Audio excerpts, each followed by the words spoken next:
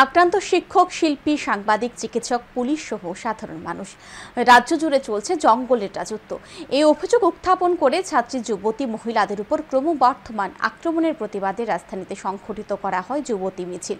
মিছিলটি রাজধানীর বিভিন্ন রাস্তা পরিক্রমা করে রাজ্য পুলিশের সদর দপ্তরের সামনে গিয়ে শেষ হয়। সেখানে অনুষ্ঠিত হয় পথসভা। পাশাপাশি এক প্রতিনিধি দল রাজ্য পুলিশের সদর দপ্তরে গিয়ে রাজ্য পুলিশের মহানির্দেশকের নিকট ডেপুটেশন প্রদান করে। এদিনের পথসভায় বক্তব্য রাখতে গিয়ে ভারতের গণতান্ত্রিক যুব ফেডারেশন ত্রিপুরা রাজ্য কমিটির সভাপতি পলাশ ভৌমিক বলেন, রাজ্যে প্রায় প্রতিদিন আক্রমণের শিকার হচ্ছে মহিলা থেকে শিশুরা।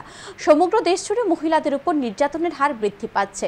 মার্চ থেকে সেপ্টেম্বর এই 6 মাসে ত্রিপুরা রাজ্যের থানাগুলিতে 1293টি মহিলা সংক্রান্ত মামলা দায়ের হয়েছে। তার বাইরেও আরও অনেক ঘটনা ঘটেছে, যেখানে নির্যাতিতারা ভয়ে থানায় যায়নি। রাজ্য জুড়ে জঙ্গলের রাজত্ব কায়েম হয়েছে, তার থেকে ত্রিপুরা রাজ্যকে মুক্ত করতে হবে। এই দায়িত্ব রাজ্যের শুভ